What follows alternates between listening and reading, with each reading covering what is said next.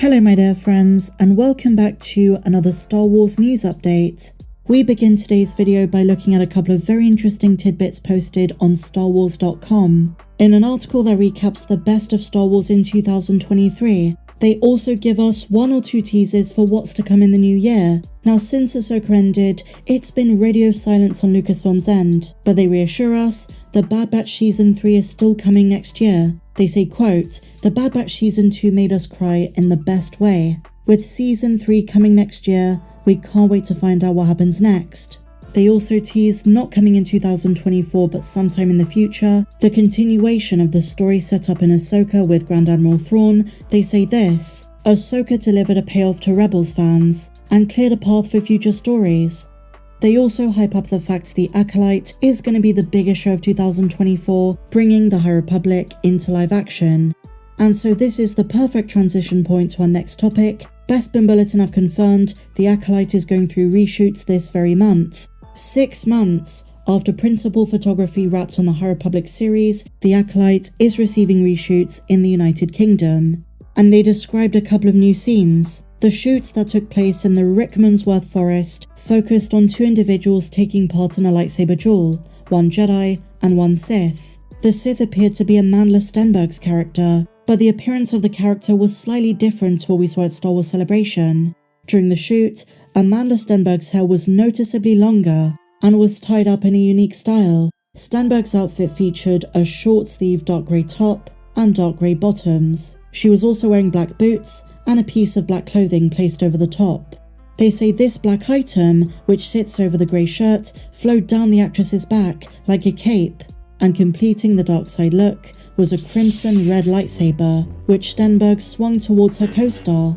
As for the Jedi she was fighting, they don't know. Onlookers and passers-by say the Jedi she was fighting was female due to having shoulder-length hair. However, Lee Jung-jae's Jedi Master character also sports similar hair length, and he's playing the former master of Stenberg's character. The Jedi Stenberg was fighting had dark hair and sported beige-coloured Jedi robes from the High Republic with a brown belt. The Jedi swung around a blue lightsaber, which incidentally is the same colour as the one Lee Jung-jae sports in the Acolyte trailer shown at Celebration. Upon further inspection, I think the Jedi taking part in the shoot is Lee Jung-jae, but they can't be certain. Now the reason they're making such a big deal about the lightsabers in this show is that visually, by all accounts, they're going to be far more impressive than what we saw in Kenobi and maybe even the Ahsoka show. Because recently we also had a very reassuring report. The Acolyte is not making the same mistake the Kenobi show did, where you have the blue fluorescent lightsaber lighting up very dark scenes like a torch. They're not going there. This time the lighting's going to be right, and they're trying to do something different with lightsabers than in previous shows. I think Leslye Headland said she's very much inspired by the way George Lucas did things in the prequel trilogy, so the lightsaber fights are going to be more reminiscent of episodes 1, 2 and 3 than recent Disney Plus shows. I mean, that's got to be very good news. And everyone who's worked on the Acolyte, all of the sources at Disney and Lucasfilm have said, this show is really bloody impressive. Bespin Bulletin go on to say this: the Acolyte began filming at the tail end of October of 2022. Though Lucasfilm did not confirm production start until early November, the series wrapped filming in May of this year, and now they're about to start reshoots. I predict this show is going to release sometime in the spring or summer of 2024. In other Star Wars news, Ethan Hawke says he really wants to get into the galaxy far, far away, saying, quote, "Give me a lightsaber." Speaking on the Today Show per comicbook.com, Hawke was asked about his ongoing desire to be cast in a Star Wars movie or television show, a matter he's been very vocal about in the past, but now he's back and says, quote, "That hasn't worked. I've said it on every talk show, thinking I'm going to get cast. I've put it out there, but it hasn't helped." He notes he would happily play Obi-Wan's best friend or any other role offered to him. Hawke added, "I'd do whatever they want. Give me a lightsaber, I'll be a bad guy, I'll be a good guy. I don't care." Hawke spent several years openly talking about wanting to appear in a Star Wars project. He told Screen Rant in 2022, "I mean, I did have a hard public pitch, and I see all these great people in these things, and I could have played that part. I look at them and I say, I could have played that part. I guess somebody up there doesn't like me. While he has yet to play a part in Star Wars, he does play a character within the Marvel Cinematic Universe. He played Arthur Harrow, an antagonist who runs a cult associated with the Egyptian goddess Ammit. Over the last 24 hours, this has been making the rounds, and I've seen a lot of fans say he should probably play a part in something like Andor. What do you guys think? Let me know down below. Okay, so now my dear friends, I want to talk a little bit about Star Wars Eclipse. We're still quite a way out from this game, but the gaming side of Star Wars has been a bit bleak. I'm not a gaming channel, but I've seen a lot of dismay from Star Wars gaming fans, gaming channels. They're not happy with the way Lucasfilm has handled that side of the franchise. Cancellations of various games, fans are desperate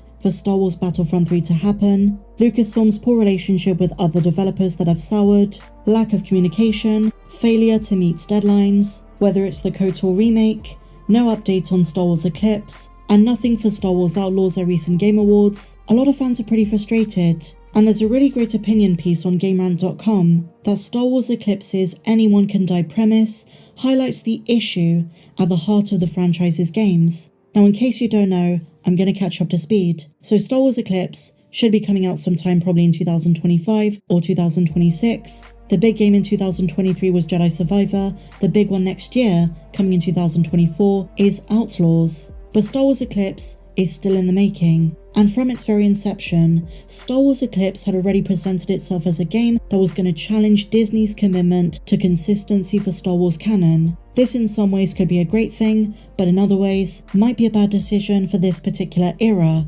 Between the Acolytes coming up, Young Jedi Adventures, tons of books and comics for the High Republic, Star Wars Eclipse should not mess with continuity and should stay consistent with what Star Wars is doing 200 years before the prequel trilogy. A recent interview with Quantic Dream illuminated their intention to create a Star Wars game where no plot armor is too thick for its various characters, stating, quote, "Anyone could die in Star Wars Eclipse, that the story must go on regardless of how much a character's relationship with their mortal coil derails the narrative." Now, if you're familiar with Quantic Dream, this is pretty much in line with what they do for all of their games. Craft your own adventure. There are consequences to your actions, and this could lead you down various paths. And they said this: there's no game over, anyone can die, and the story sort of continues. Now, while this is just a video game, Quantic Dream style runs counter to Disney's model for Star Wars games. They're all they've stuck with up until this point. While they've stated Star Wars Eclipse is going to be more than just an incarnation of Detroit become human, the DNA of the company is going to be central to this game and to the narrative, which is going to become Star Wars canon. The major friction with that philosophy and its design is the rigidity of Star Wars canon in the eyes of fans. With a game so nebulous that any main character could either live or die, it's easy to see why Star Wars Eclipse could run into some difficulties. But then again, when the Revenge of the Sith game came out, the outcome on Mustafar was down to you as the player, and the outcome didn't affect canon, and didn't affect the way things played out in Episode 3 in the ongoing Star Wars story. But how are they going to navigate this with a game that they're saying is pure Star Wars canon? I suppose Game Rant are wondering, are they going to play it fast and loose, with killing off central figures? I guess it depends on also how they craft certain side missions and cutscenes. You would expect cutscenes to be pretty direct, and those will probably form the backbone and structure of the overall story, keeping the narrative going in a concrete way. And those will probably be as canon gets in this game. But personal choices probably won't impact the overall narrative of the High Republic, but I'm interested to see how they do this.